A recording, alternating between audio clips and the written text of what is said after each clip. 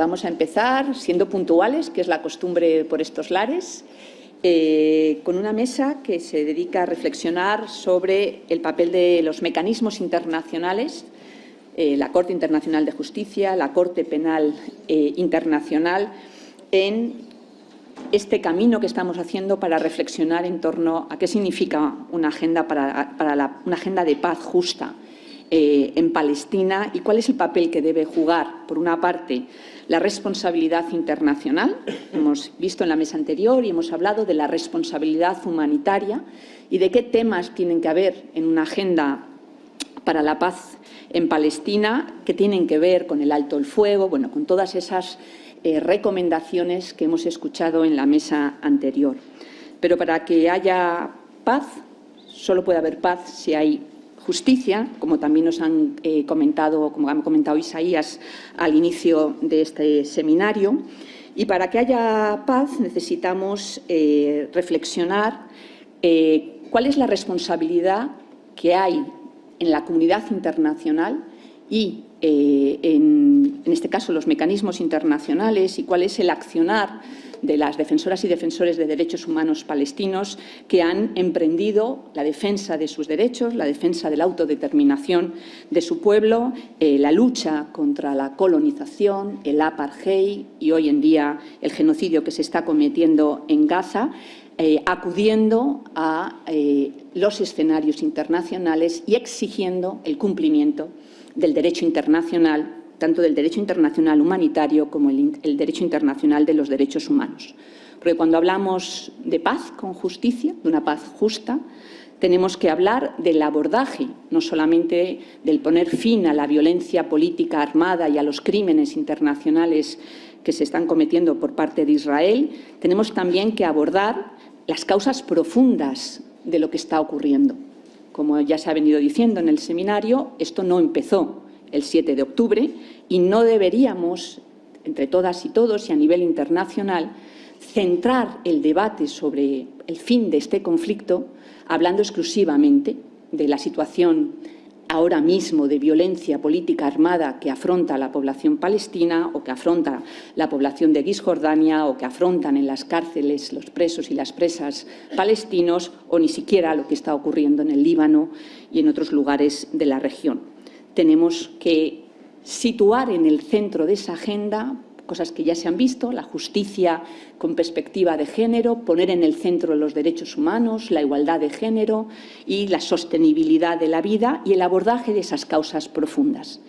Y lo que ha ocurrido ya desde hace muchos años es que el pueblo palestino ha planteado a la comunidad internacional cuál es la responsabilidad internacional que desde la perspectiva del derecho internacional existe y cuáles son las causas profundas de lo que hoy en día está ocurriendo en Gaza, en Palestina y todo Oriente Medio.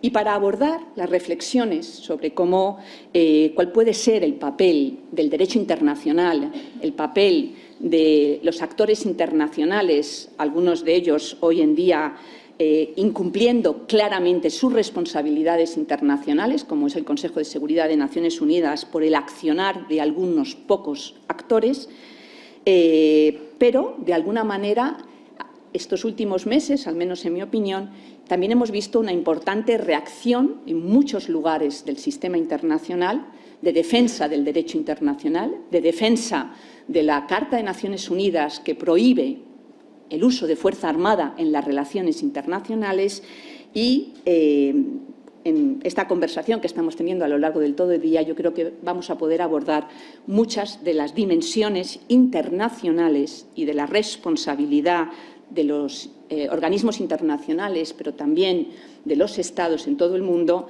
de cumplir con esas obligaciones jurídicas recogidas en el derecho internacional y que hoy en día se han puesto en conversación y hay autos muy importantes, tanto de la Corte Internacional de Justicia como de la Corte Penal Internacional, para poner en el centro ese derecho a la verdad, a la justicia, a la reparación y también en poner en el centro la necesidad de despatriarcalizar, descolonizar y desantropocentrizar el propio derecho internacional y los mecanismos internacionales.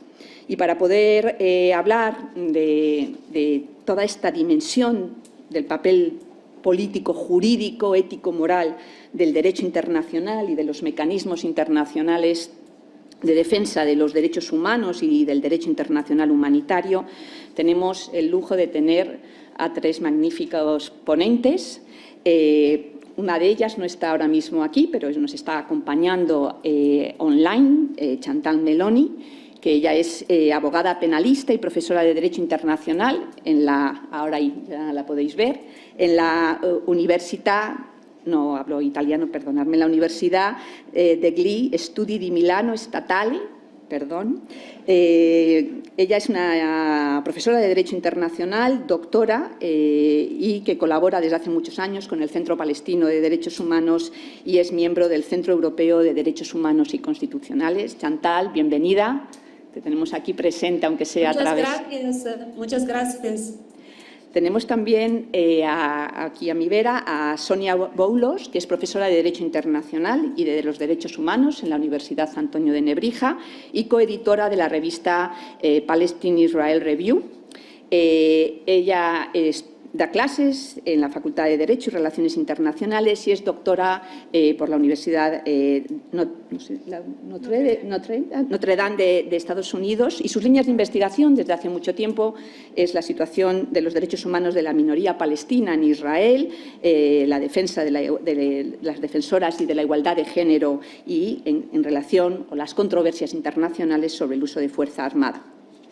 Y tenemos el lujo de tener aquí a una de las históricos defensores de derechos humanos, Raji Sourani, que es abogado, que es fundador y director del Centro Palestino de Derechos Humanos y que ha sido coordinador del equipo palestino ante la Corte Penal Internacional en representación de las víctimas palestinas y miembro del equipo jurídico de la Corte Internacional de Justicia en la demanda sudafricana.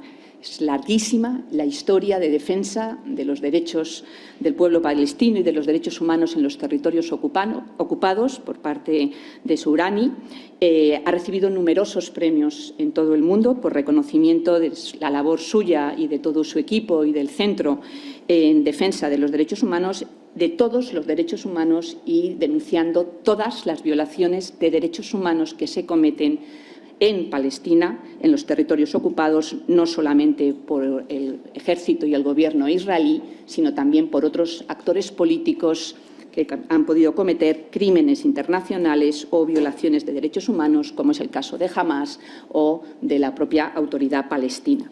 Es un lujo tenerles aquí para escuchar sus reflexiones sobre los importantes autos y sentencias que ha habido a nivel internacional en relación a lo que no solo está ocurriendo ahora mismo en Palestina, sino a todas esas causas profundas que llevan 75 años generando violencia política, física, estructural y simbólica y cultural a la población y al pueblo palestino.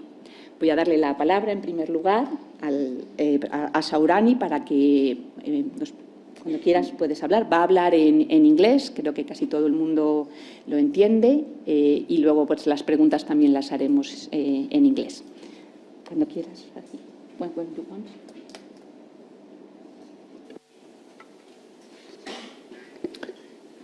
Thank you, Madam Chair, very much. And I'll begin by saying how the West, US and Europe, reacted when Russia invaded and occupied Ukraine.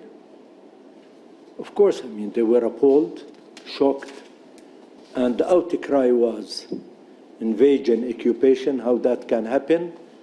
Of course, Ukrainians do have the right to confront this criminal occupation, and they have the right to resist it by all means. Not only that, including armed struggle, I mean, against the Russians. And they asked the free people of Europe, of US, to take the arms and go and fight besides the Ukrainians and defend their own country, because they are entitled for self-determination and ending this Russian invasion and occupation. Not only that, they committed themselves politically, and they said, we will support Ukraine by all ways and means. And they imposed on Russia unprecedented sanctions on earth. So there was 7 layers of sanctions imposed on Russia, almost suffocated the Russian economy and the Russian state. More, they went to UN and they used it effectively, many resolutions against Russia, and they went to the ICC and the ICJ. And the ICC, neither Russia or Ukraine were members, but in less than 2 weeks, the ICC prosecutor began its procedure, and in 43 days, he was having the biggest office of the ICC prosecutor in Kiev, and existing there with tens of investigators collecting data and evidence about the war crimes Russian doing. That's normal. And we were happy that after all these years, I mean, really the West paying serious attention, talking about international law, international humanitarian law, and the human rights against occupation and invasion. And we said, maybe this is good, definitely for the Ukrainian people, but it will be as well good for Palestinian people. Why I'm saying that? Because we have prolonged military belligerent occupation. And we have the most well-documented conflict in history. And we have all the ways and means to provide and furnish the ICC with facts and evidence. And actually, we did that effectively since 2015, January, when Palestine was accepted as a member at the ICC. But we began to discover selectivity and politicization of international law, and how the West doesn't really pay that care for Palestine and Palestinians. They doesn't care really about Israel crimes, war crimes, persecution, crimes against humanity they are doing in the occupied territories. And we felt there is big wrong, politicization, selectivity in using international law. And I remembered what I studied in my early days at the law school. We were educated about how old Rome law used to be. There was 2 classes in Rome, masters and slaves. For the masters, the law applies. For the slaves, no. And you can kill a slave in the street, and never ever you can be held accountable. But masters, if you touch them, if you insult them, if you hurt them, you will be held accountable. So the question was, are we the slaves of the 21st century? We, the Palestinians, international law and international mechanisms, does it apply on us or not? And that lied a very, very big question, and was a real serious challenge for the victims we represent, for the lawyers who are working at the ICC representing Palestinian victims, and for many who were supporting these cases at the ICC. Why I'm saying that? We believe in two things. One, it's irrelevant of color, sex, race, religion, nationality, laws apply. If we want to have the rule of law, we cannot make differentiation between South African or Latino or Asian or European. Laws applies on man with big M. Second, the entire idea of international law, international humanitarian law, and the human rights after the Second World War came because civilians and non-combatant were in the eye of the storm. And Europe lost 85 million civilians. Entire villages, cities, erased. It doesn't exist. And they said, wars are between combatants. Wars are between armies. Civilians and non-combatants should be avoided. They should be protected. That's the entire idea of the Geneva Conventions and international humanitarian law, protecting civilians at the time of war. This is the direction, I mean, where it goes. In January, in October 10th, there was 3 consecutive statements by Prime Minister Netanyahu and the Minister of Defense in Israel, Gallant, and the President of Israel. Netanyahu said, Gazans should leave Gaza. Where to? Gallant said, there will be no water, no electricity, no fuel, and no food for Gazans. As simple as that, the Minister of Defense. He said, we don't distinguish between civilians and Hamas.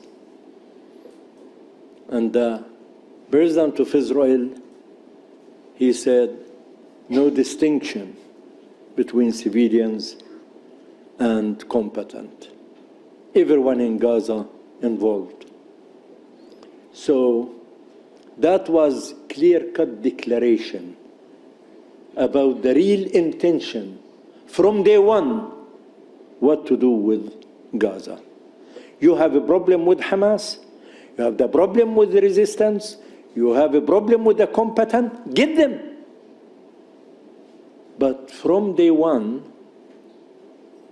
as somebody who was living this moment in Gaza, from the first hours, it was clear, simple, evident, bold, the intention and the practice, because the entire Gaza Strip was rained with the GPU missiles, the 2,000 pounds,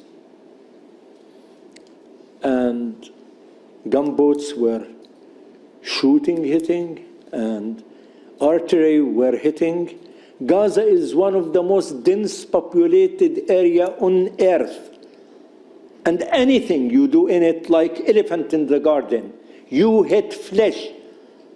And they were targeting residential buildings, residential towers, hospitals, schools, bakeries, streets, markets, name it, any place in the 365 square kilometers.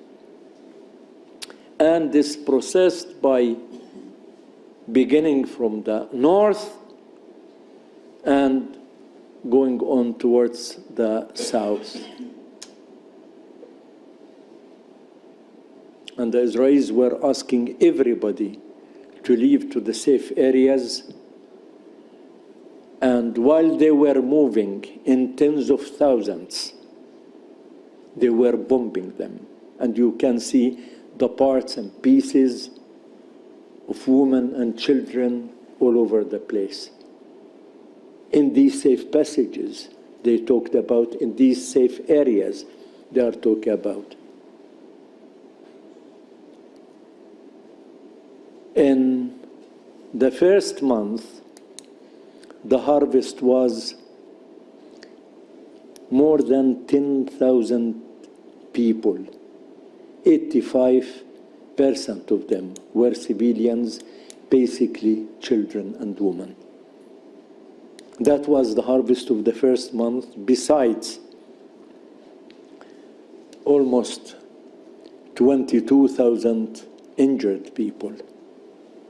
Injured meaning either in critical conditions, and most of them lost parts of limbs, hands, legs, etc.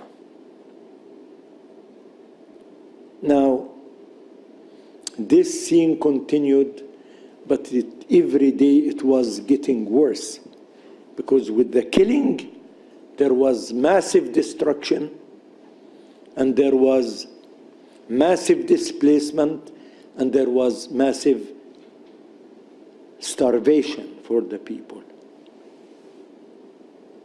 And today, we are talking about 42,000 has been killed and registered their names. There is many who are still under rubbles, were not uncovered.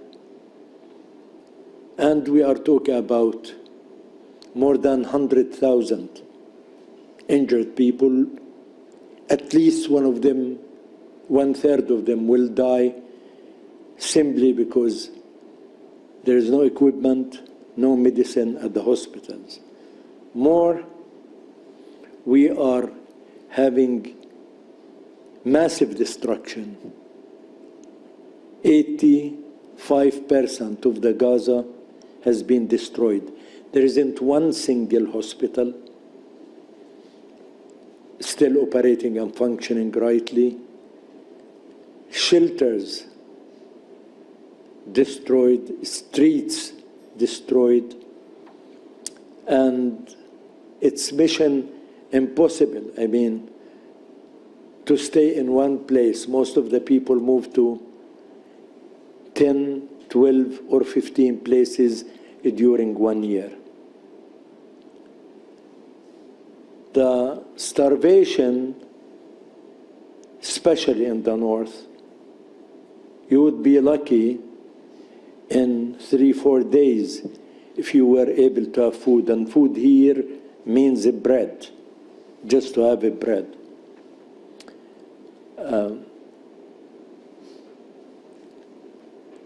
All this killing, destruction, displacement, and starvation, I didn't add anything new to your information. But what is really shocking for us, these are broadcasted live on air. The whole world, including politicians, see it, know it, has been reported, documented. They don't need good lawyers, eloquent, professional lawyers to represent it. Everybody knows about it. But the political reaction is nothing. The genocide going on for 1 year in 3 days, and the whole world doing nothing, especially Western government. If they didn't do anything, that would be fine. But from day one, till today, they said Israel do have the right of self-defense. Shame on them. Shame.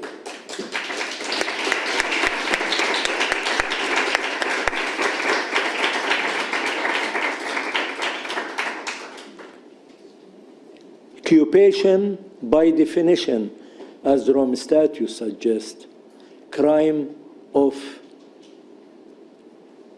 aggression. It's by itself a crime. We are not talking about 1 year occupation. And the long story, long version, we're talking about 76 years since Nakba. And the short version, it's 57 years since 1967. So we have the most prolonged, belligerent criminal occupation, the most well-documented conflict in history. And by the way, the conflict didn't begin October 7th. That's the derailing of the discussion. It began long time before that. And we didn't resort to international mechanisms only yesterday. We resorted to it in universal jurisdiction. And we were blocked due political decisions by Western capitals when they changed the laws after some success in UK, Spain, Switzerland, and some other states. So when we were almost blocked from using universal jurisdiction by laws enacted in the parliament, changed the laws in these capitals, we resorted to the ICC. And they put many obstacles since 2008. And when Goldstone report was published, it went with no notice, though it's very serious, independent, credible, international investigative body, and published its report, and it wasn't taken seriously. But after 2008-9, there was the invasion of 2012, 2014, the Great March of Return, 2017, and the invasion of 2021, 22, and May 23. So we have very old record with the ICC. But ICC prosecutor didn't move anywhere. He was told in person, maybe if you moved, if you did something, if you brought one accountable of the Israeli criminals, and you have everything, you may prevented this genocide. But there was, again, selectivity and politicization. We are not Ukrainians. We are not Europeans, neither Americans, unfortunately or fortunately. Now, ICC moved very late and in a very weird, confusing way when they issued the warrant against Gallant and Netanyahu. And we just don't understand why the prosecutor didn't wait, like Putin decision, for example, after the court decide, why he published that in advance, why he appointed committee to give him the advice. Doesn't he trust his team? Why you appoint outside committee, etc. But with that, we think something moved forward. But all of us can see and witness the pressure, the threat, the intimidation, public one, by states, responsibles of states, representative of states, against the prosecutors and judges both. I think South Africa in January 11th made history when this country, which represents freedom, dignity, defeat for racist regime of apartheid with bitter struggle, which is like the symbol of the free people in the world, took all its moral authority and went to the ICJ, represented the case, charging Israel with the most serious crime in the most serious court on earth. The crime which Israel signed its convention with no reservation or observation, fully endorsed, because that's the Holocaust. And they said, never again. They are charged with the same charge.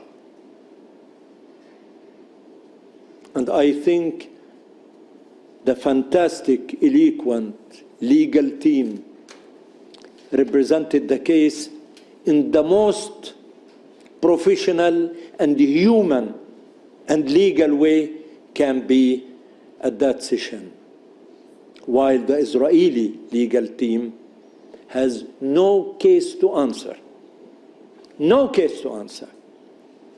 We're pale, shallow, and have no logic in any of their arguments represented. We'll continue with that, and at the provisional measures that has been taken 3 times,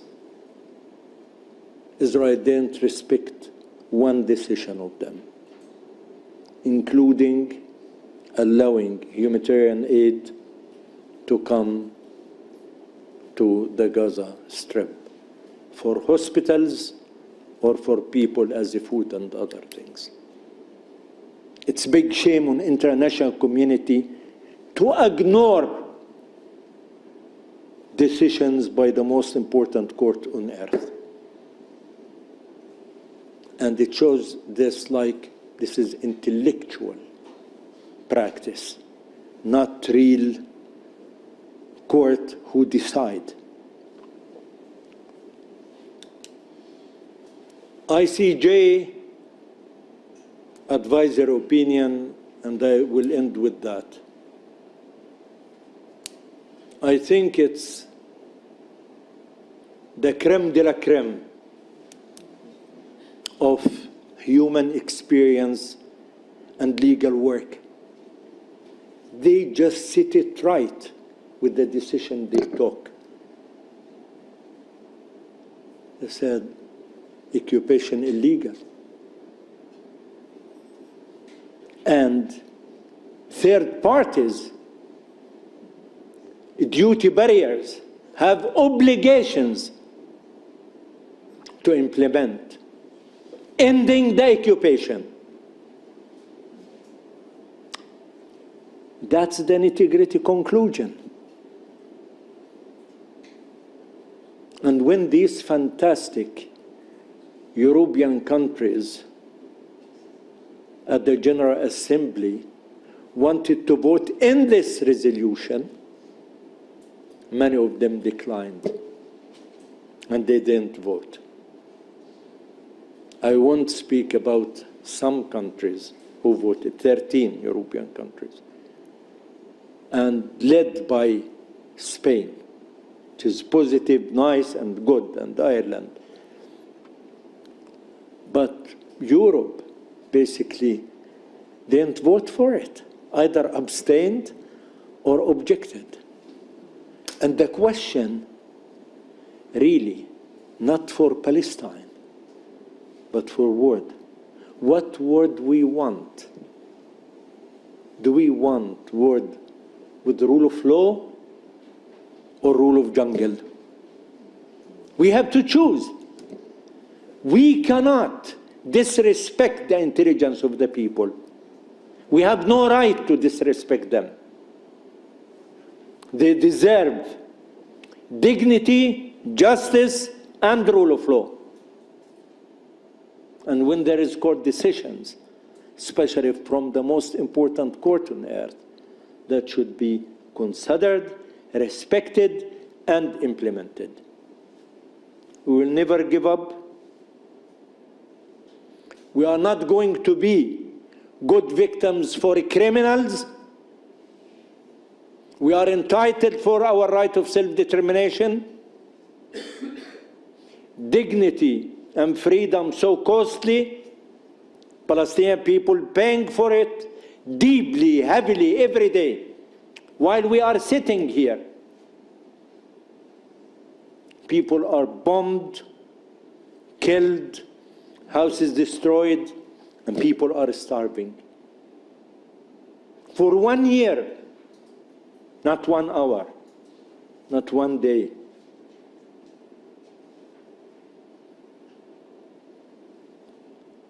Isn't 17,000 children enough to be killed? 14,000 women is not enough? 41,000 people whom we know their names and faces killed. Undignified life for 2.4 million people in Gaza till this moment. And they declare, we will continue, not only in Gaza, but in the West Bank as well. It's tough, hard, very challenging, very bloody, but we have no right to give up, and we will never lose the hope in tomorrow, and we will keep our strategic optimism for now and in the future, because we are in the right side of history and justice. Thank you.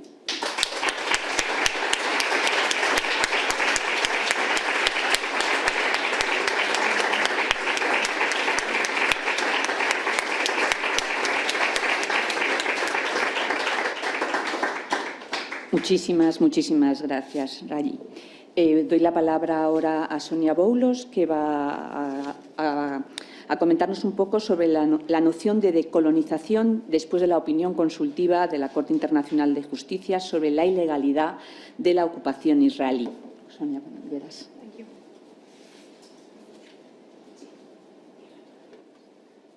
Okay. It's a bit difficult to speak after Raji with all his passion, but to be honest, you know, I'm sure you watched the news yesterday that Israel, you know, in an airstrike, you know, fired a missile on a coffee shop in one of the refugee camps in the West Bank, in Tul Karim. And everyone who knows the geography of the West Bank knows that an attack like this is, by definition, is a flagrant violation of the principle of distinction and proportionality.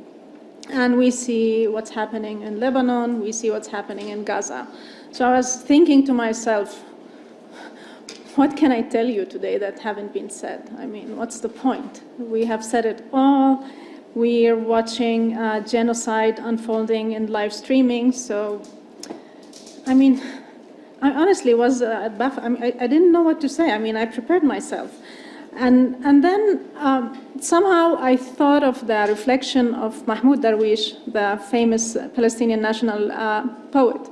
He wrote reflections after the Sabra and Shatila massacre, saying that the world treats Palestinians as a superfluous nation, como una nación que sobra, que no es necesaria.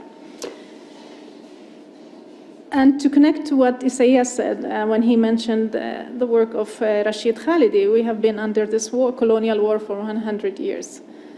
So eventually I decided to show up today and speak because we are here, we're not going anywhere. And even if I don't have anything new to tell you, we will keep talking. It's one of the ways we make sure that we continue to be here. I don't want to talk about peace.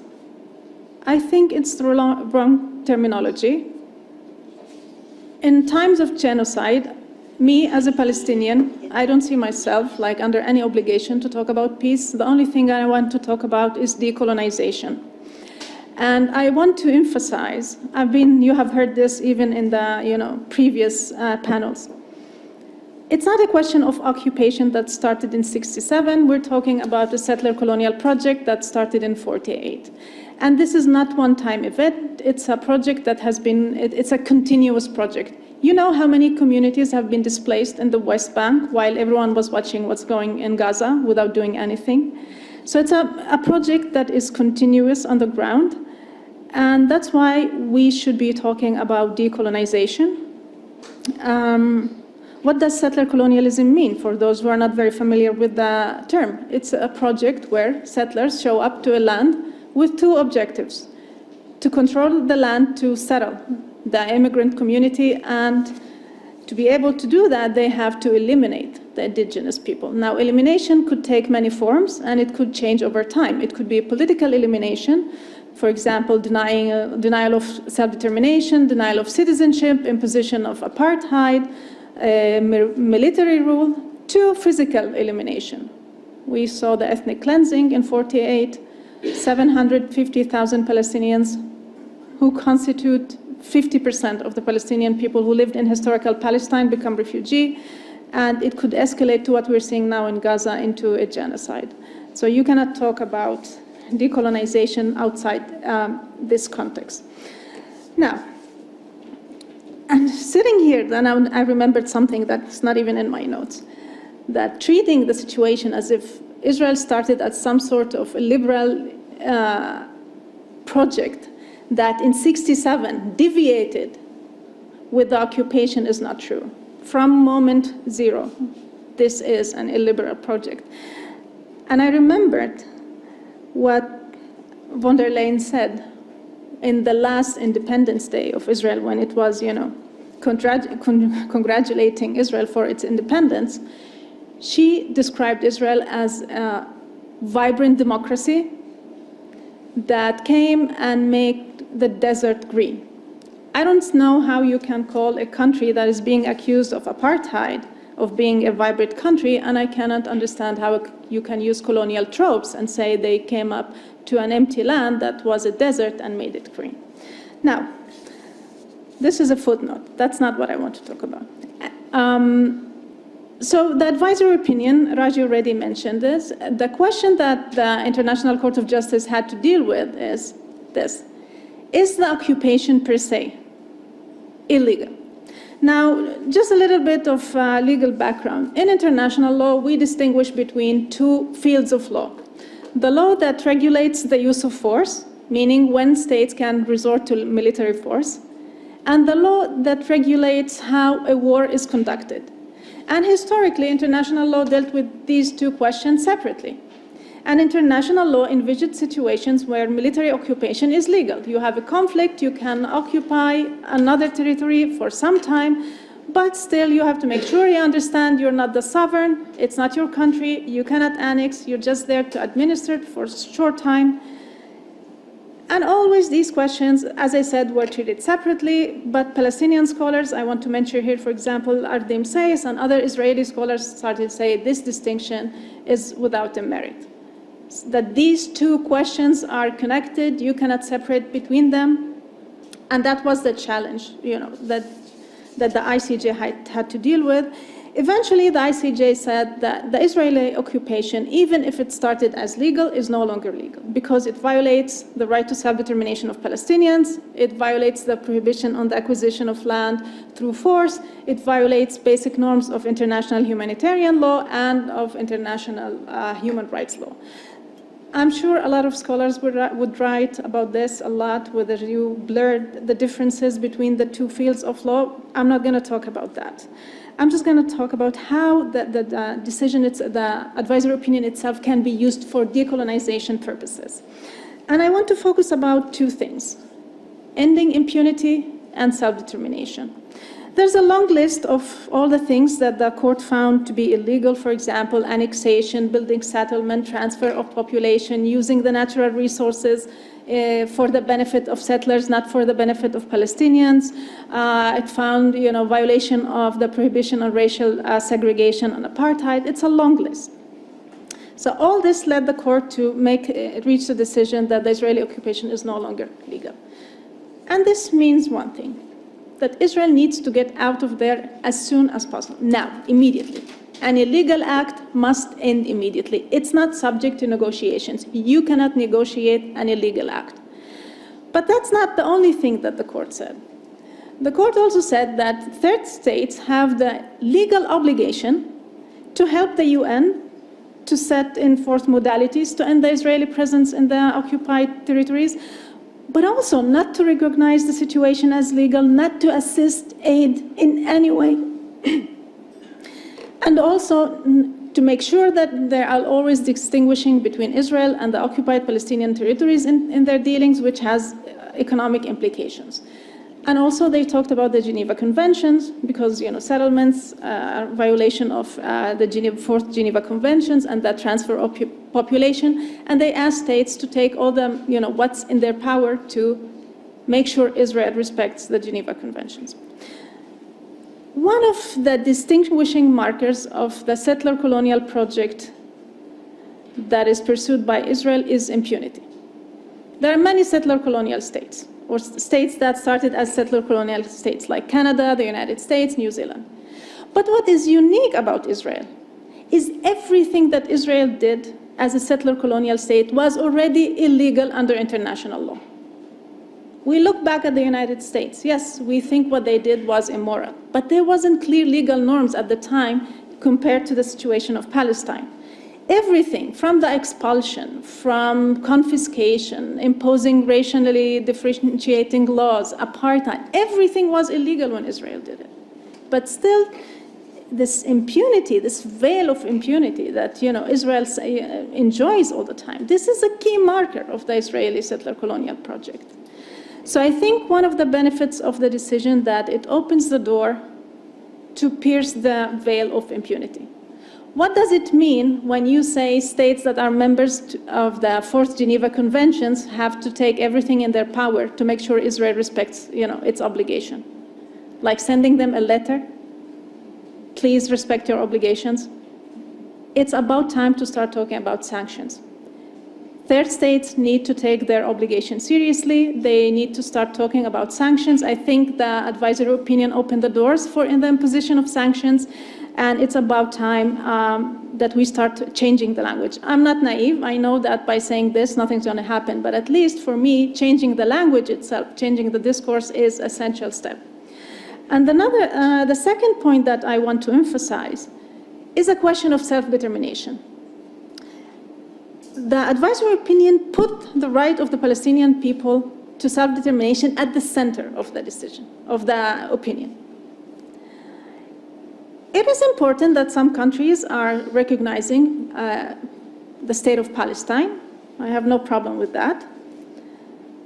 But the problem is, if we understand recognition as an alternative to self-determination, we're just making the situation even worse. You're recognizing a country that doesn't really exist, dysfunctional, that doesn't respect the right to self-determination of Palestinians. One of the ways in which Palestinians were eliminated as a people politically is subjecting them to different legal systems: West Bank and Gaza, in Israel, and refugee camps. The right to self-determination is important because it's a term that challenges the geographical fragmentation of the Palestinian people. Right to self-determination has two components: that every people have the right to freely decide their political status, their economic, cultural development, and the right to enjoy their natural resources. Now, there are 14.3 million Palestinians who live today. Of those, only 5.3 million live in the West Bank and Gaza.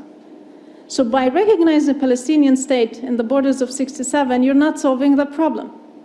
What about the 2/3 of the Palestinian people who are living somewhere else? How can they enjoy their right to self-determination in refugee camps or even inside Israel? So recognition of statehood is not enough. The focus, the emphasis should be on self-determination. There are almost 6 million refugees, Palestinian refugees, who live outside historical Palestine. If you want really to respect your obligation to recognize self-determination of Palestinians, you have to make sure these people have the right to return. It must be part of the package. Otherwise, it is ridiculous to talk about the two-state solution.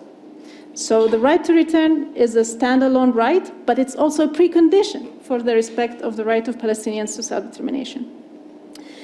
Then, going back to inside Israel, one of the things that I think Israel managed to do in terms of its, hasbara, or war, is to convince everyone that if you recognize Israeli statehood, you have to recognize the Jewish character of the state.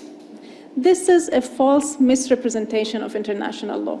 Recognizing statehood doesn't mean you have to recognize specific regime that is being adopted by the state. And more so, when this specific regime is based on racial supremacy and apartheid, there's a legal obligation of states not to recognize it, not the other way around. So we have to disentangle this, effort by Israel to every time you speak about Israeli statehood as if you cannot even challenge the Jewish character of the state. This is not true. So in Israel, 17% of the citizens are Palestinians. Israel is the only country in the world that in its constitutional order clearly says that 17% of the citizens are not allowed to exercise self-determination. The nation-state law, which was adopted in 2018, says it clearly. Only Jews are entitled to self-determination in Israel. Can you imagine in Spain, like the Spanish constitution saying that only Spaniards who live, in the Comunidad de Madrid and, Catalonia are entitled to self-determination, everyone else, good luck. And it doesn't offer Palestinians to exercise self-determination as part of Israeli nation or something. No, they cannot exercise it in any way, not as Israelis, not as Palestinians. So what does that mean? It means they have no influence whatsoever in the political life of the country. I don't know how many of you are aware that the Supreme Court, in one of the recent litigations in relation to the participation of Palestinian political parties in the election, said it clearly. If the National Democratic Assembly, which is a political party, if it promotes a law that calls Israel to become the state of all its citizens, it cannot participate in the elections. So what kind of political participation is that if you cannot even suggest that I want to change this? Not to mention land discrimination, dispossession that Palestinians inside Israel suffer from. So for me, the right to self-determination also entails that third states have to make sure that the regime that is based on racial supremacy inside Israel is also brought to an end. So for me, decolonization is the key, not statehood. Not against recognition of states, but it's not going to help anyone. So if we truly want decolonization, we have to talk about refugees also. We have to talk about decolonizing Israel from the inside. Then you want to have two-state solution, three-state solution, one-state solution. That's not the point. The point is the recognition of the equal rights of Palestinians and Israeli Jews to self-determination. So I think the decision of the court, the advisory opinion, give us the clues by prioritizing self-determination and fighting to end impunity. And by this, I want to finish. I don't want to take much time, and thank you. Thank you.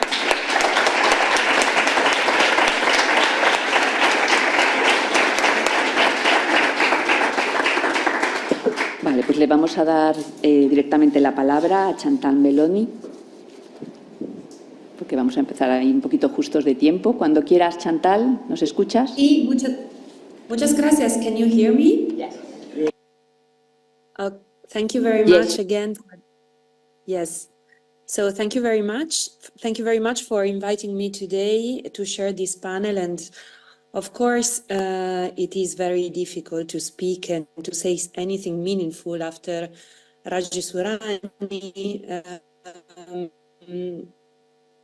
already gave his powerful presentation, and we all share, I think, the frustration, the incredible frustration that he conveyed with regard in particular to the lack of any concrete measures taken by international courts, in particular the International Criminal Court.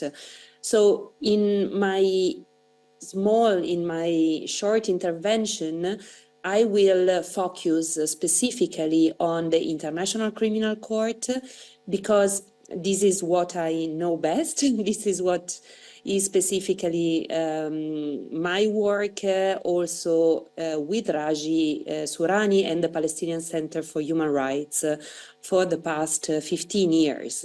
So what I will try to do is to maybe try to explain a little bit what happened and what failed to happen in this long time in front of the ICC in The Hague, because I think it's really difficult also for the public, for the normal people that are not experts of international justice to understand what are the reasons of this delay, of this failure, I would say, at this point in front of the ICC. So the first thing we need to again stress is that, of course, as Raji Sourani has already very clearly stated, the situation didn't start 1 year ago. This is obvious. But maybe it's not so obvious that the engagement of Palestine and specifically of Palestinian victims with the ICC started in 2009. So we are talking about 15 years of, so to say, knocking on the doors of the International Criminal Court and not having appropriate responses so far.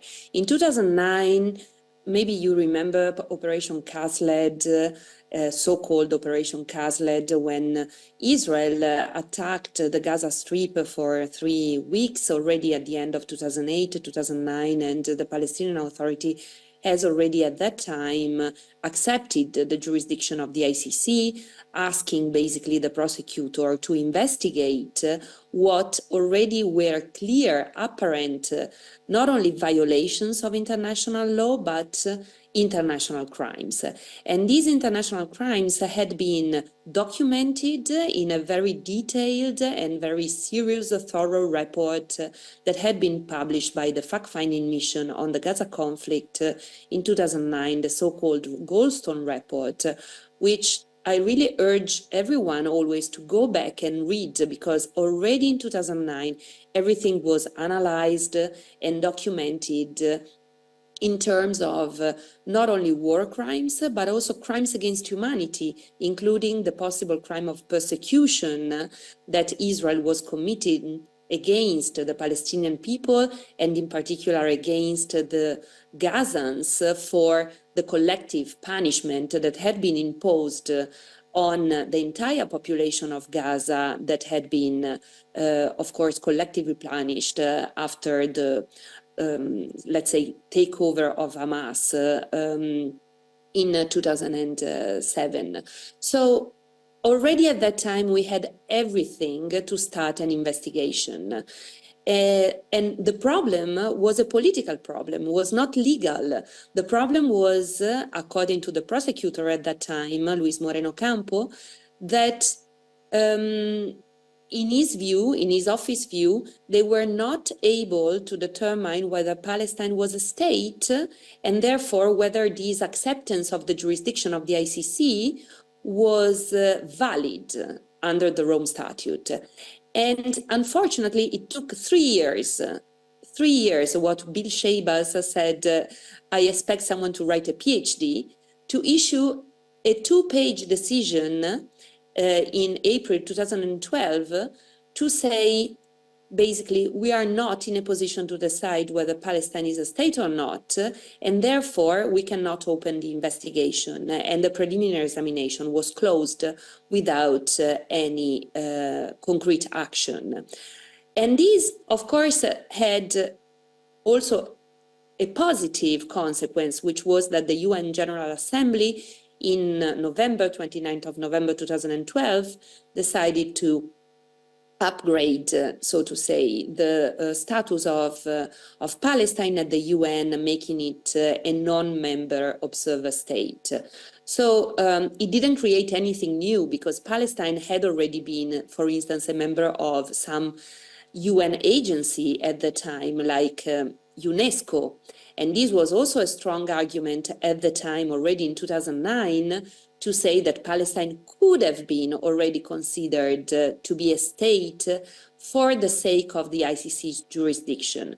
Anyways, after 2012, after November 2012 resolution, it was clear that Palestine could have become a member state of the International Criminal Court. And it took some time in order to come to this measure. So the next step was in January 2015, when finally the Palestinian Authority ratified the Rome Statute and also, again, accepted the jurisdiction of the court retroactively. Why retroactively? In order to give the possibility to the ICC prosecutor to include in its investigation the very serious crimes that had been committed during the summer of 2014. You will remember this utterly destructive military operation, again, against the Gaza Strip, the so-called protective edge operation, which had at the time an unprecedented number of civilian victims and destruction of civilian property. And it was shocking that something like that could happen in basically remaining with impunity. So that is the moment where the ICC starts to have jurisdiction on the situation in Palestine. And indeed, the new prosecutor at that time was Fatou Bensouda, opened again a preliminary examination, which is something that, let's say, comes before the opening of a formal investigation. And again, it took many years to come to the determination to formally open an investigation, which only happened basically at the end of 2019, when the prosecutor, Fatou Bensouda, announced to have come to the conclusion that there were reasonable grounds to conclude, to believe that crimes under the jurisdiction of the ICC had been committed, and that she wanted to open an investigation on the situation. But before doing so, she needed to clarify some legal aspects, again, regarding the territorial jurisdiction of the ICC, meaning what is the exact territory of Palestine over which the ICC can exert its jurisdiction. And so she posed, as the chief prosecutor of the ICC, this question to the judges and asked them to decide with the utmost, let's say, expeditiousness. She was giving them basically a timeline around 2 months. But again, this process lasted much, much longer until 2021, when finally the judges delivered the decision in February 2021, confirming what was already the interpretation of the ICC prosecutor. The action of the ICC includes the occupied Palestinian territory, which is, of course, the West Bank, including East Jerusalem, and the Gaza Strip. So basically, it is from March 2021 that we have a formally open investigation in The Hague. And as Raji, I don't want to repeat what Raji Sourani already explained, we arrived until the 7th of October, basically, with no concrete steps taken. And this was already very frustrating from the perspective of the Palestinian human rights organizations, from the perspective of the victims, but very honestly, from the perspective of everyone, every human rights defender, every international criminal lawyer who wants to see concrete measures to break this circle of impunity, which had been already in 2009 very clearly said by Richard Goldstone as the head of the fact-finding mission at the time. At the root of the problem, it was also recalled by those who spoke before me, this impunity which fosters violence in the region is one of the root causes of the violence, of the escalation, of the genocide, of the crimes that we are seeing happening today. And so why all this happened? This is the question, right? And we don't have easy answers, and most importantly, we don't have comfortable answers, because the answer lies in the lack of political will. And it's not a matter of law. The law is very clear. We have the principles, we have the documents, we have the evidence. Everything is there in order to take not only steps to issue warrants of arrests, but most probably we have everything to come already to convictions. So why this didn't happen so far? Because of the lack of political will. And this lack of political will is something that has to do in the first place with our governments. So it's, of course, something that has to do with the international level, but it has to do a lot with the national level. So the states, and these states, in particular European states, and I have to put in the list, unfortunately, also my country, Italy, and of course, Germany and the UK and France and many other states in Europe, that in these years, in these long years, not only did not work in order to have accountability, to strengthen the ICC and its work, to give support to the ICC for its work in Palestine. On the contrary, they put obstacles on this work. They did first try to basically convince the Palestinian Authority not to join the International Criminal Court, even putting on the same level the fact that the Palestinian Authority wanted to join the ICC with the expansion of the settlements by Israel. So making really a crazy parallel between something that, of course, is a crime and something that is resorting to justice mechanisms to defend the Palestinian people, not only totally legitimate, but totally needed, and saying, on the contrary, that this was an unhelpful move in order to achieve peace and have negotiations, a peace process that we all know was already not existent. So in the first place, pressuring the Palestinian Authority, and then when the Palestinian Authority finally, as I recalled, joined the ICC in 2015, notwithstanding these political pressures and threats even, they put the same amount of pressure on the International Criminal Court itself. So making the work of the ICC prosecutor very difficult. And of course, in this picture, we cannot avoid mentioning also the very serious and direct threats that have been posed to the court as a whole, but particularly on the office of the prosecutor, by Israel itself.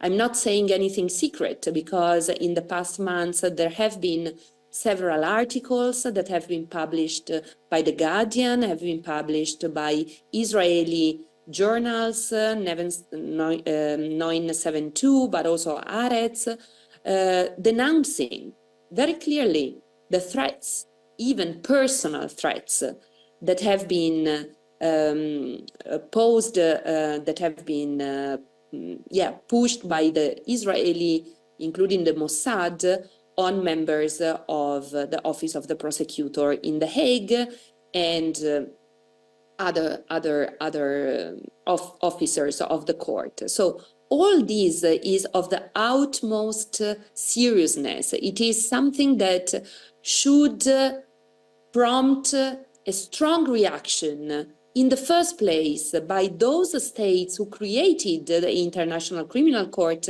in 1998 in order to have an independent court at the international level that was exactly mandated to provide justice in those situations where justice is not achievable at the national level. And Palestine is the first and biggest and most serious example of this, because the Palestinian victims have no other place to get this justice.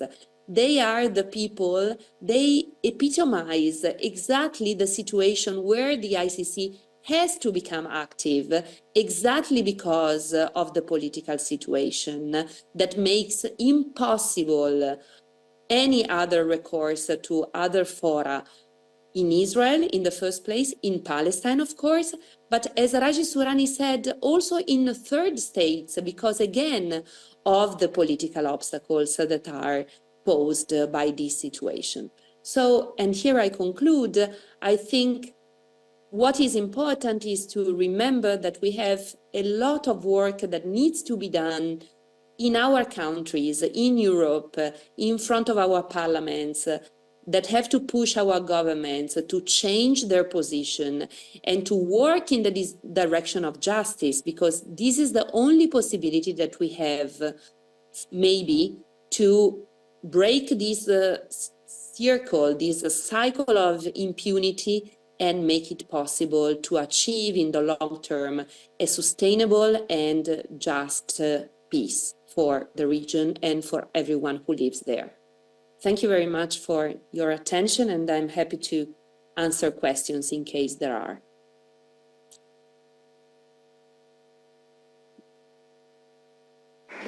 Pues muchísimas gracias a las tres personas intervinientes. Tenemos afortunadamente media hora para poder conversar y disfrutar de las opiniones y reflexiones tanto de la gente de la sala como de estas tres magníficas intervenciones que hemos tenido. Hay un montón de manos pedidas, el micrófono pues está por ahí. Vamos a empezar por aquí y seguimos, si os parece, de esta manera dar las palabras. Hi, first of all, thank you so much. My question is maybe a bit more personal because I'm a law student and I've always wanted to go in like the international law branch, but this last year I've kind of lost like hope and credibility, you know. So I wanted to ask you, how do you not fall into that despair, like seeing that nothing is changing, you know? I don't have a question per se, but it is kind of in the same line as hers. I have also studied international relations and diplomacy, and within all of my years of study, of course, Palestine has been the center point of many conversations because it is unfortunately a great example for many different cases and many different topics. And of course, maybe in Palestinian, it has also been the center point of many of my personal conversations with all of my teachers. And one thing that they all have in common is they've always explained to me in a very sad way, in a very almost apologetic way, like, I am so sorry to tell you this, but it just happens that Israel is the exception to every possible rule ever made. So the truth is that it's not just that you are specifically working against a system that is very hard on Palestinians, but more so it's a system that is created in spite and to fight Palestinians in this case and many other populations similar to Palestine. So first of all, I also wanted to say that your position is very admirable, all three of you, and I am in incredible awe of all of you. But I wanted to ask you kind of in the sense of, it's not just working against like many other people that have been on stage talking about working against all odds, but it's more so working against a system that was created to fight you in every possible way. Allá atrás hay una persona, Elsa. Thank you very much. My question is from Dr. Sourani. What does ICJ expect from the European Union, taking into consideration the fact that Israel is not a member of the Criminal Court of Justice? This is number one. Number two, what we are witnessing these days, like some of European countries are repressing the liberty of expression of their own citizens,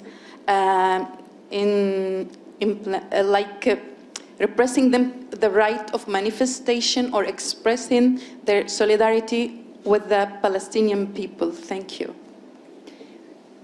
Si os parece, van a contestar a estas tres primeras y luego continuamos, si nos importa, por aquí. No sé quién queréis empezar. Do you want to start? We are going to answer these three questions and after we will continue. Okay?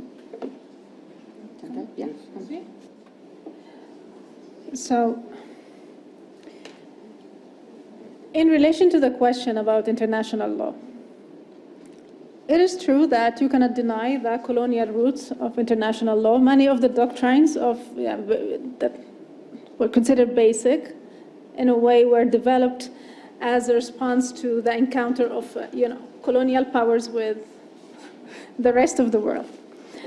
But there's also, we have to understand that law is a discursive discipline, that we as people belonging to the global South should not just sit aside, on the bench and say nothing about it. There's an entire school that's called Third World Approaches to International Law that, although understands the limitation of international law, provides an alternative interpretation of the law. So in a way, you recognize that international law is conditioned by, coloniality, but at the same time, you understand that this could be changed, that by introducing different interpretation, like I'm very superficial in the way I'm presenting the entire project. Some even doubt that this is possible, that maybe we can improve the situation of some groups, but another subaltern group will emerge as a result of these attempts.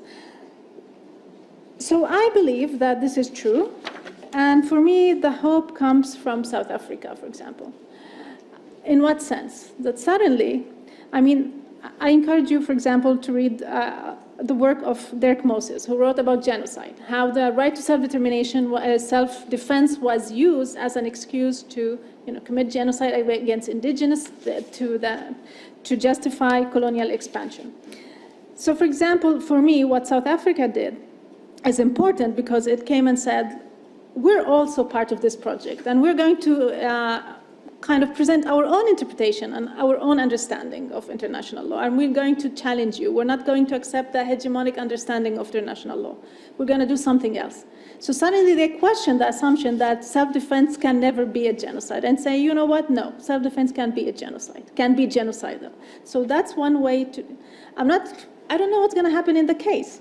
I don't know how the ICJ is going to, rule on the merits, but we see cracks that, for me, give me hope.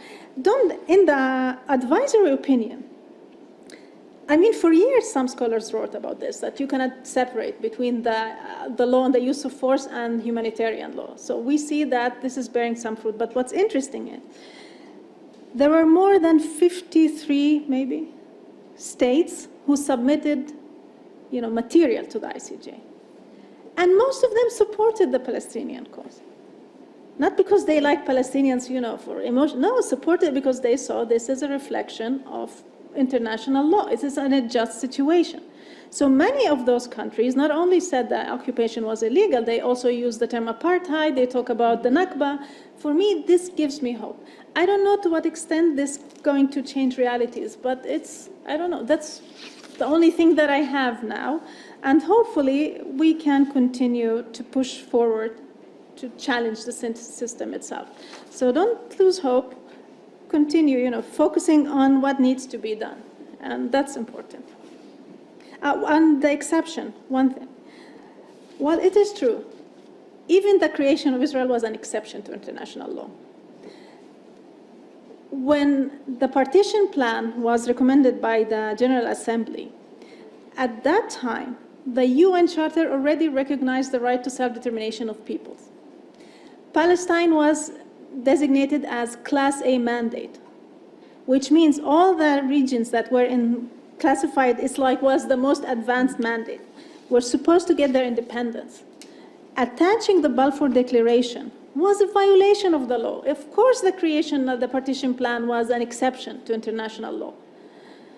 And that's why I think it's important to talk about the right to self-determination, because also it makes us stop and think about the partition plan, that it by itself was a grave injustice to the Palestinians, because it was adopted without even against the will of the Palestinians. So it is true, but we do what we can. What can I tell you? I'm not gonna sell you hope, false hope. We do what we can. We don't sell hope. We don't sell hope. We have to stick to that very bit, because all what your enemy wants you to do, to give up hope. I mean, what is romantic revolutionary? Romantic revolutionary, somebody having the hell of time, living the hell of time, having the hell of challenges, obstacles, challenges, and he do his best to overcome it.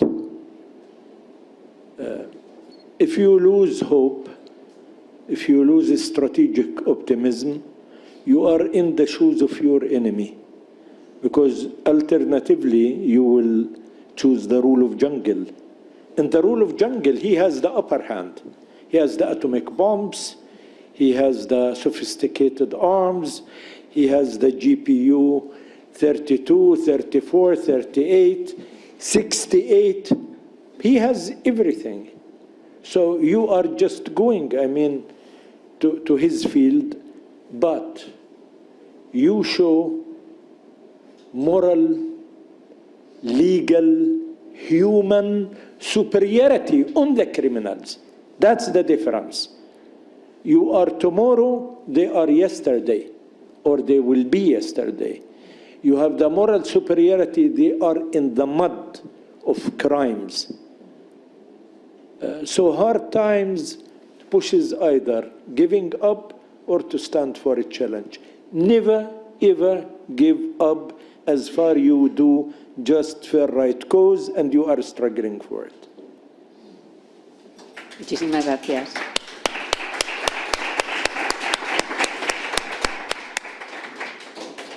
Un segundo. Chantal, si vas a querer contestar o algo, me haces una señal para que yo te pudiera ver, ¿vale? No, digo en la siguiente ronda, ¿vale?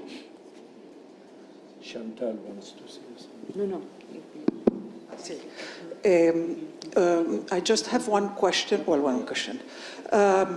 Following what both of you, Raji and Sonia said, let's imagine that the process with the ICC, etc., goes forward, and it goes forward in let's say, a positive decision for Palestinians, condemning Israel, etc. There is always a chance, as we see today, that it won't be applied, the decision from the ICC. We still have the US and the Security Council and the veto power, etc. So what would be the plan B? This first, and then if the ICC doesn't go forward. I want to make your story short. Yeah. Read my ribs very, very well. The best invention ever Americans made, they introduced the terminology of the right of self-determination.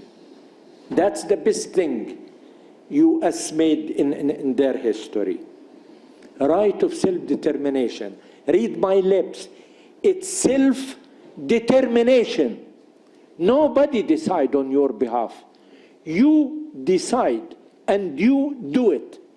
And self-determination means use all ways and means against your occupier, against your colonial, against your apartheid regime, governing you. Do the self-determination. I'm simple and clear.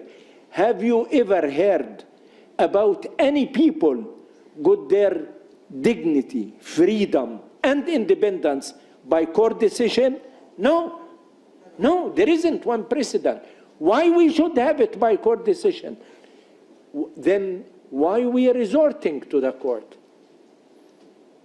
We have to use all ways, all means. When we dance, we are criminals. When we sing, we are criminals. When we write poetry, we are criminals. When we do law, we are criminals. You have to show your superiority. This is a margin, 5–10% of your front at all, but legitimately, we have to strip this criminal occupation and to show, not by the words of Raji or Palestinian or academic, this is the court of law who accepted the genocide case. So don't argue whether Israel is doing genocide or not. They issue provisional measures, decision. Don't argue about that. Same thing. Nobody is applying those measures today. Now, whether this will be applicable or not, never ever colonials or occupiers gave up willingly. We will make them having the hell of time on different level till they depart and leave and end their criminal belligerent occupation. The international organizations, and in this case, and the European Union, they need to be decolonized too. Obviously, to stop their complicity with Israel. That's obvious. They are not complicit. They are partners. Yeah, exactly. Thank you.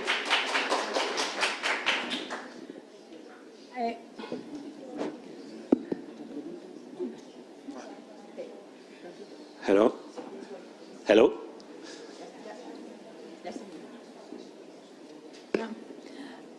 I just want to add some,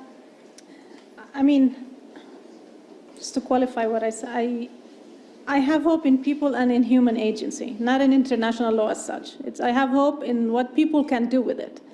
So even though it is true, it's not only the case of Israel. Look at Omar al-Bashir, when the arrest warrant was issued. And it's Omar al-Bashir, nobody liked him, and it took he's still he never faced justice in the Hague. And of course, so it's not, but what is important to understand that there are some implications beyond the immediate outcome. I'll give you an example of the provisional measures on genocide. In the academia, when all this started, professors were fired for using the term genocide to talk about what's happening in Gaza. People lost their jobs. Suddenly you have a decision, provisional measures, saying that the allegations of South Africa that Israel is violating the rights of Palestinians under the Genocide Convention are plausible. So if it gave a great push, I edited a journal that deals with we had tons of people sending that. Suddenly you see that it gave legitimacy, not only the people to speak, but also for public mobilization, for the BDS movement, for all sorts of things. So I think we have nuanced approach. It's not all or nothing. So even if on the short run, it's not going to change, the worst that could happen, that Netanyahu is not going to be traveling to European countries that have, are members of the ICC. But at least I think at the public level, this is going to be huge. One of the most important assets for Israel then is its image. And we're seeing that it's eroding in front of our eyes. It's irreparable. They can do nothing to restore things back. So at least for me, that's also something to take into consideration. Thank you very much. David? Hello. Yeah, adding to that, I would like to know you if which are the next steps in the legal case of the International Criminal Court and International Criminal Justice, if they could be linked to the voting on the General Assembly, giving to Israel 12 months to end the occupation. I know that happened. But talking about practical measures or even political measures, or I think they could be the base for strategic litigation inside the European Union or some specific countries like Germany, because somehow Germany, they are selling a lot of weapons to Israel, but they stopped some, and also is the case of UK. So if they are the movement of human rights movement, the Palestinian human rights, thinking about adding some cases, or even if there's something thinking about of adding Lebanese file to this case, or something like trying to reinforce the goal of the fantastic goal of the genocide case.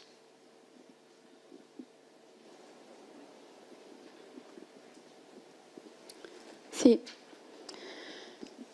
First of all, thank you for all the numbers shared today. Maybe you think that it's all known, but I think all these numbers have to be shared. So I'm wondering if we can have a report at the end of the conference or the seminar where all numbers can be shared with all of us. This is my first point. The second one is for Chantal. You mentioned that one of the obstacles for the Palestine region is it's not proved that it's a state.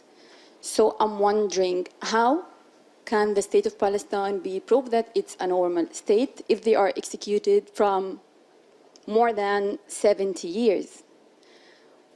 Or to say the question in another way, if there is an action to be taken by law to prove this.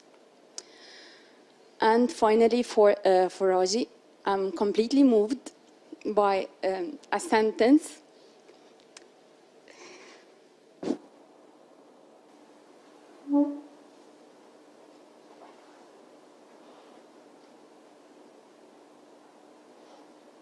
I will try to.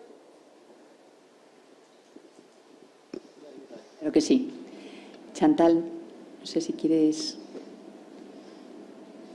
Shall I answer now or shall I wait? No. Okay. Yeah, well, first of all, sorry.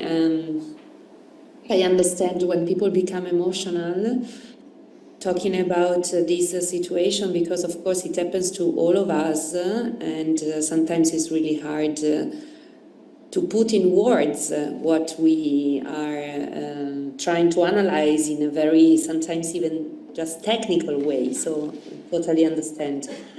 The problem with Palestine being a state or not is a very complex issue if you take it from a public international law perspective.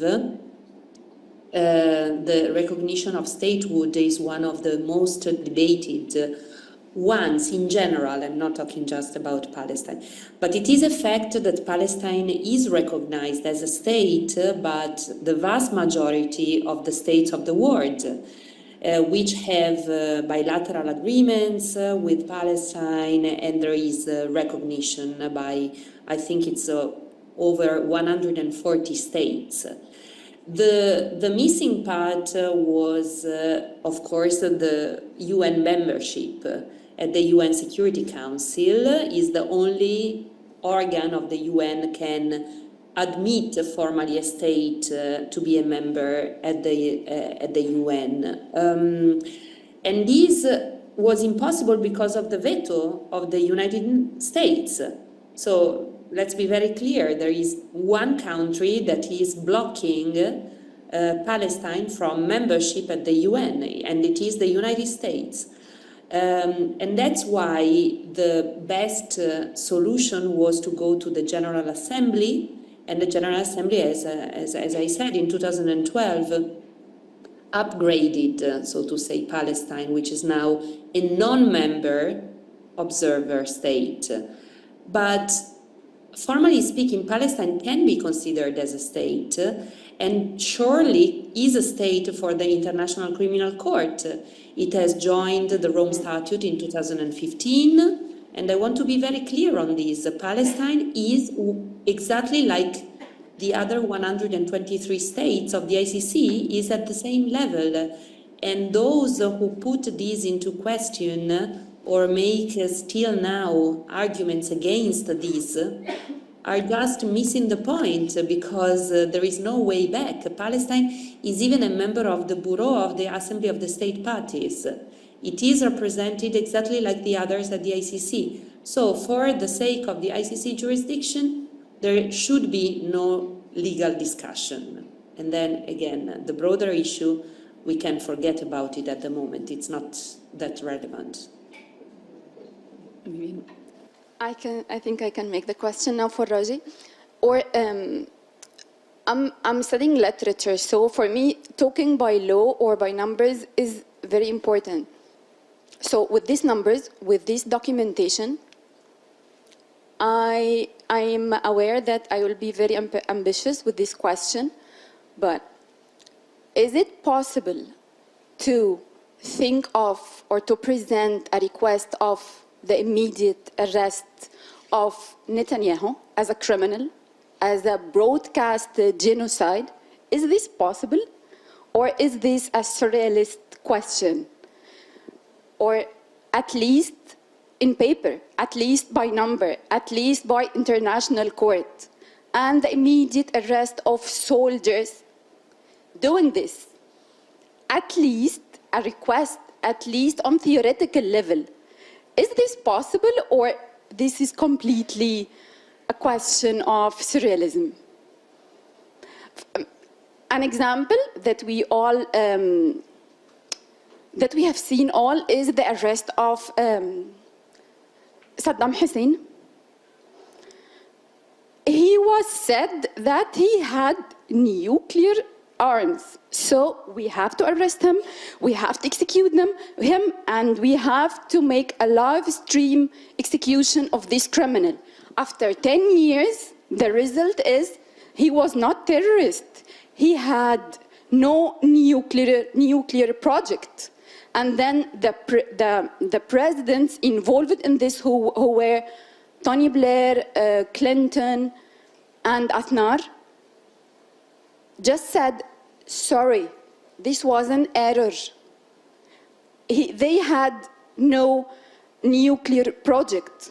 And now we have a terrorist group who was called ISIS, who was killing everybody in this zone that they have taken the president of it.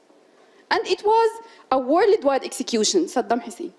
So, I'm just going, I belong to the world of literature, so now I'm just going forward to the law world. Okay, I have numbers, we have documentation, we have everything. So when we are moving to actions, when we will be saying, okay, we have to arrest this criminal, it's live streamed. And to end with, I just don't accept that you say masters and slaves and Palestinians would be the slaves of the 20th century. Never ever. You are the masters of mankind. And that's it. Thank you. Voy a dar una última palabra para ir cerrando, si os parece. No sé si había alguna otra palabra. Ah, perdón. Voy a dar estas últimas. No sé si hay por aquí alguna otra palabra, que antes hubierais levantado la mano. Bueno, doy estas últimas dos palabras y ya les doy la palabra final a las tres intervinientes y cierro un poco la mesa. Quiero preguntar a Sonia una cosa, mencionando el poeta Mahmoud Darwish y citándole otra vez, diciendo que nos conocen porque conocen nuestro enemigo, por nada más. Y la evolución de nombrar los palestinos como palestinos, no como solo árabes, para justificar su ida a otros países árabes. Ahora bien, ¿hasta qué nivel puede aguantar el derecho de retorno en comparación con el derecho de nacimiento que tienen los judíos en todo el mundo? ¿Hasta qué nivel podemos luchar por eso? Porque si cuando yo cumplo 18 años y soy judía y nazco en Nicaragua, puedo volver. Pero yo, Palestina, sin nacer en Palestina, no puedo. Gracias.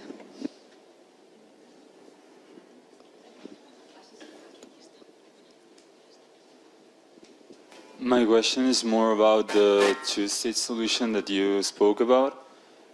How we can speak about a two-state solution when one hasn't, better said, one invented its right to exist over an oppressed country that really has its right to exist.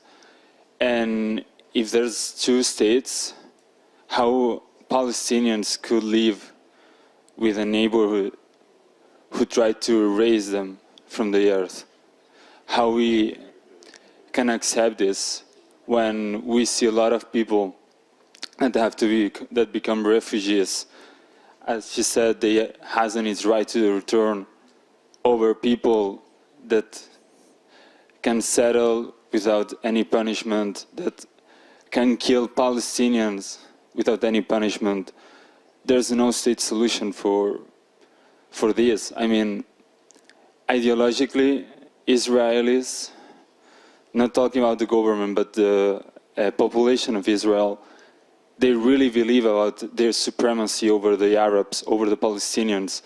And this is not going to change with a two-state solution, because they will still try to create its state, its Jewish state. We're seeing it. They didn't stop in Gaza. They didn't stop in the West Bank. They went to Syria, went to Iraq, went to Yemen. So, how are we going to talk about that? Muchas gracias. Vamos ya a ir cerrando. Okay. I will start in the opposite order.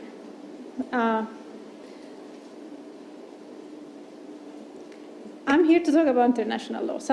It has its limitation. Now, I think at this point, the discussion whether we should have one-state solution or two-state solution is not constructive. In what sense? Because even if I personally believe in the one, like if we look, one-state solution is the one that makes more sense for the long run. But there is one problem with the one-state solution, for now, is that in international law, statehood is irreversible. We can talk and write books about the partition plan, that it was unjust, that it was violation of the right to self-determination of Palestinians. Few people here would disagree with you. But as one Palestinian politician said, and he used a metaphor which is very crude, but I have to use it, said, we understand that a child who was born out of a loving relationship between her parents have exactly the same right to live as a child who was born as an act of rape. Once they are born, having said that, that's why I emphasized recognizing statehood, that there's an incident of state, doesn't mean you have to recognize it as a racial supremacy state, as an apartheid state. You have a legal obligation not to recognize apartheid, not to recognize racial supremacy. So the problem with one-state solution is you cannot achieve it. It's not a problem, it's the obstacle for now. You cannot achieve it without the consent of the Israelis. For them, it's an act of external self-determination. You can achieve it only if they agree that they want to form one unit. But when I talk about self-determination, in relation to international law, distinguishes between internal and external self-determination. External self-determination is like, typical colonialism, we want independence. Internal is then when you have plurinational state that has more than one nation. International law is very clear. The state must identify itself with both groups equally, recognize the right of both groups to self-determination, both nations, both people on an equal footing. It cannot just recognize one and ignore the other.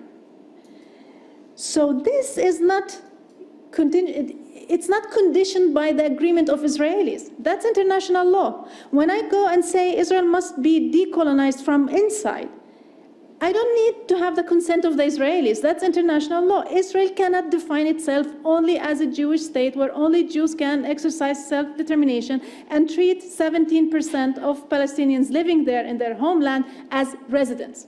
We're not even citizens. That's not citizenship. What kind of citizenship that you are not considered as, someone who owns rights over the land, and you cannot even change the political system. It's just like some sort of residency, like you're there, and whenever we feel like it, you can go out. So that's why I think focusing on self-determination, it has transformative power on both sides of the Green Line. And it's not dependent on Israel is accepting it or not. I think decolonization from inside opens the door to other political solutions, including the one-state solution. And why also it's important, the two-state solution now, if they recognize. I mean, what's the point of recognizing the state of Palestine when you're not willing to do anything to punish those who are violating international law? For me, it's an instrumental thing. Spain recognized, very good. Occupation is still there. The settlements are there. Using the natural resources of Palestinians are still going on, transfer, everything. So what next?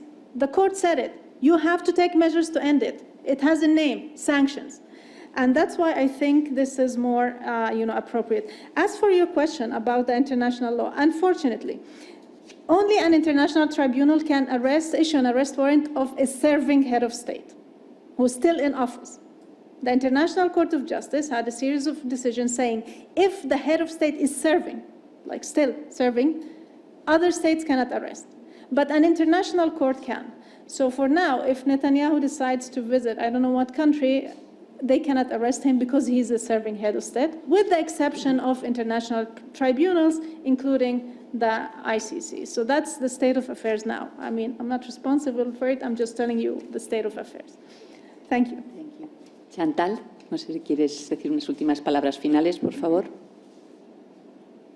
Yes, I think it's not really necessary because everything has been said. The only thing that maybe I would like to conclude with is regarding the question that was posed before, how can you still, believe in justice or work towards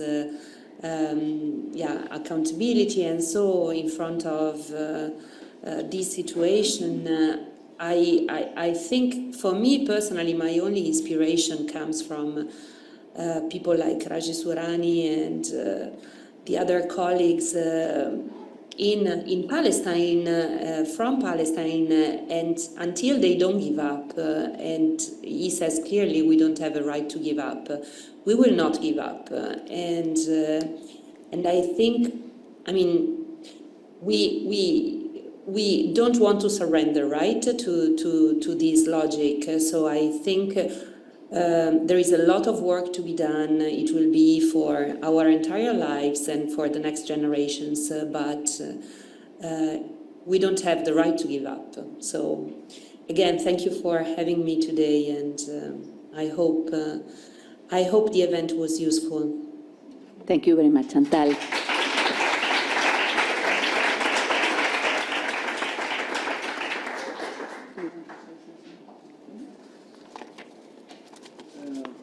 I think we have to remember what the Israelis are labeling human rights activists and lawyers in Palestine. They call them, first, terrorists in suits. They call them, they are misusing international law, international humanitarian law, and the human rights. They accuse them of harboring terrorism. They are accusing them of doing lawfare. Can they challenge us at the ICC? They cannot. They cannot. Can they challenge us at the ICJ? We will beat them. They know they are losers. Look what they are, just in the last few days, what they are saying. they are saying, Guterres, Secretary General of the UN, persona non grata in Israel. I mean, the Secretary General of the UN,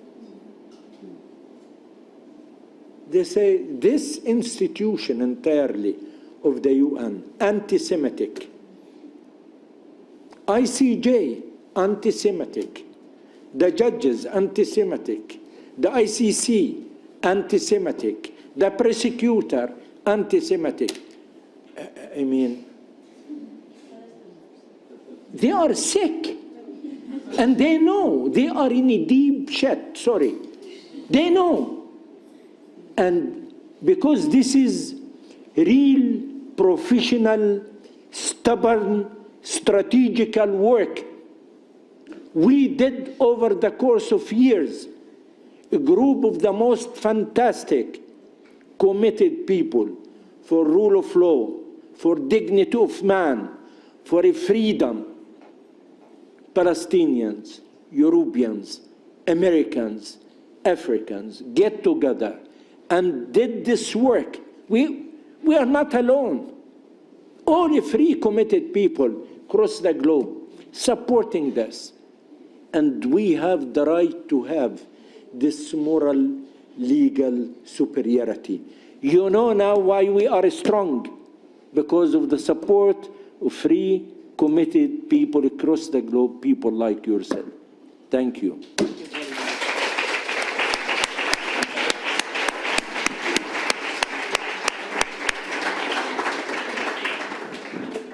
Resulta difícil resumir y sintetizar tantas emociones. Hemos hablado de frustración, de vergüenza, de falta de esperanza, de enfado, de impotencia, de lloro, de sufrimiento, de dolor, de trauma, y hemos acabado recogiendo y reconvirtiendo todas esas emociones en esas palabras optimistas y en la creatividad de tantas personas de utilizar los instrumentos jurídicos y políticos internacionales para dar esperanza, para hablar de derechos, para hablar de autodeterminación y para creer que con todo eso podemos ganar a Goliat, porque David lo que tiene es el derecho, la justicia, las palabras y, como Raji ha dicho, estamos todas y todos aquellos que estamos hoy en redes de solidaridad internacional apoyando esa defensa ante los tribunales internacionales del pueblo palestino, estamos cambiando el relato y haciendo que Goliat no pueda imponer sus palabras, y que palabras como apartheid, ocupación ilegal, genocidio, impunidad estén hoy en el centro de esa conversación o batalla política a nivel global es gracias al accionar de las y los defensores de derechos humanos en Palestina y la utilización del derecho internacional, que no solo es una imposición occidental, especialmente el derecho de los derechos humanos, sino que es el logro del día a día de millones de personas desde hace décadas para cambiar los derechos humanos, que también han tenido un proceso importante de decolonización. Y hoy el derecho internacional no es solo un instrumento de los poderosos, sino es el contingente resultado de luchas de esas millones de ingobernables que siguen soñando que a través de la palabra y la paz podemos hacer que desaparezca toda esta violencia. Os esperamos esta tarde a las 15:45. Tendríamos la tercera sesión donde hablaremos de actores, procesos de negociación, lecciones y desafíos, y posteriormente la cuarta y última sesión sobre los desafíos del día después en Palestina e Israel. Vámonos a comer, que hay que cuidarse para seguir soñando juntas con otro mundo posible.